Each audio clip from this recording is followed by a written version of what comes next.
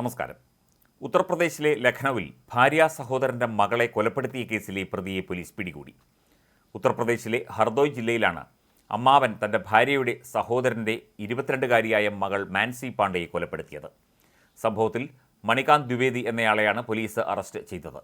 മണികാന്തും ബന്ധുവായ മാൻസി പാണ്ഡെയും തമ്മിൽ ഏറെ നാളായി വിവാഹേതര ബന്ധം പുലർത്തിയിരുന്നു എന്നും യുവതി മറ്റൊരു വിവാഹത്തിന് തയ്യാറായതോടെയാണ് പ്രതി കൊലപാതകം നടത്തിയത് എന്നും പോലീസ് പറഞ്ഞു. കഴിഞ്ഞ തിങ്കളാഴ്ചയാണ് കൊലപാതകമുണ്ടായത്.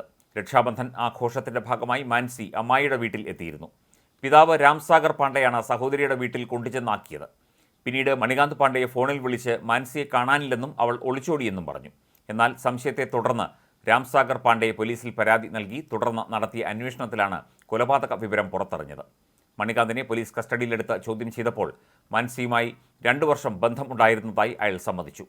അടുത്തിടെ മാൻസിയുടെ വിവാഹം നിശ്ചയിച്ചു. ഇക്കാര്യം മാൻസി മണികാന്തിനോട് പറഞ്ഞു. എന്നാൽ മണികാന്ത് വിവാഹത്തിൽ നിന്ന് പിന്മാറണമെന്ന് മാൻസിയോട് ആവശ്യപ്പെട്ടു. എന്നാൽ യുവതി വഴങ്ങിയില്ല. തുടർന്നാണ് രക്ഷാബന്ധൻ ദിവസം വീട്ടിലെത്തിയ മാൻസിയെ മണികാന്ത് ശ്വാസം മുട്ടിച്ച് കൊലപ്പെടുത്തിയത്.